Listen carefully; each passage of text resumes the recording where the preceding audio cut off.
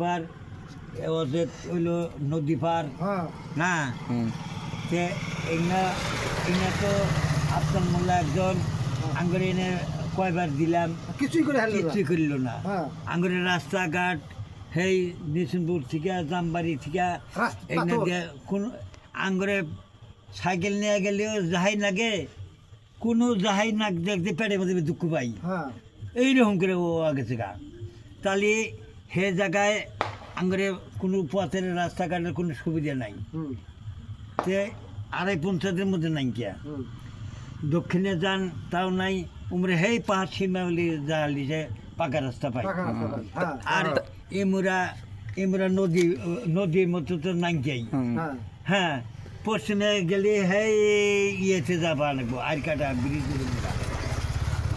তাহলে ভুবা জায়গা তাহলে এবার ভোট তো দাঁড়াইছে, ধরেন যে ওদের চৌধুরী দাঁড়াইছে, আবার রেজামিনও দাঁড়াইছে, আরো ধরেন যে আলী আকবর মিয়াও দাঁড়াইছে, তাহলে ভোট টাকাকে দেওয়া যায় কে দিয়ে দেখছি আঙ্গুর জায়গার কাম হয় না।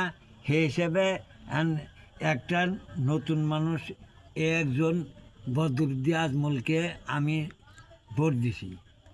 তাহলে হে বেশা 17 বছর ধরে রেজামিলকে খাড়াইছে, পারিবি করে খাড়াইছে। তাহলে হ্যাকে যে টিকিট দিল না, তাহলে আর মনে কিরম আঘাত লাগলো? হ্যাকে টিকিট না দেওয়াতে আমার মনে সেই আঘাত লাগছে। আঘাতের চোটে আমি এখন ভোট তাকে দিব না, আরও না হলে হাজার হাজার ভোট আমি মানুষের কাছে হাতে বাইরে চাবো। তা কার জন্য চাবেন ওই ভোটটা, কাকে দিবেন? রেজা ডাক্তারের জন্য, ডাক্তার রেজা আমিনের জন্য। তাহলে তাও কি কন, তাহলে রেজা আমিনের জন্য তাহলে কি কন? আঙ্গুরে আমরা ভোট দেবো, ভোট আমরা এটা দিবে চাইছিলাম, দেবো না। এই আজমল সাহেবকে খুব ভালোবাসছিলাম আমরা। এখন আজমল সাহেব টিকিট এইখানে না দিয়া উত্তরপাড় টিকিট দিল, তাকে আমরা ভোট দেবো না। ভোট আমরা টেবিলের ছবি দেবো। তাহলে আমার দেশে কাম করে না একটাও, যে কোনো এমএলএ তে আলী আকবরকে ভোট টিকিট দিল আজমল শেখকে তো খুব গাইল পড়ছে, আল্লাহ সালা সুদির ভাইকে গাইল পড়ছে, আকসুদাই মাকসুদাই গাইছে।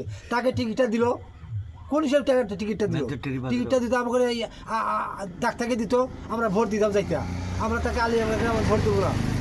আমরা মেজা ভারিলে পাথর, মাটি বেদর, জলের সাজা আইলে পাথর ভেদর, গাই বাজা আইলে পাথর ভেদর। এখন রাস্তাঘাট খুব খারাপ। আপনার জায়গা আফতাল মোল্লা কয় বছর বলে বেড়াইলাম, আমাদের রাস্তায় কাম করে না, খালি জলসার কাম করে। আর আমরা আলী আকবরকে ভোট দেবো, আমরা এখানে কাম করবো না। আমরা ডাক্তারকে ভোট দেবো, ডাক্তার আমাকে কাম করবো।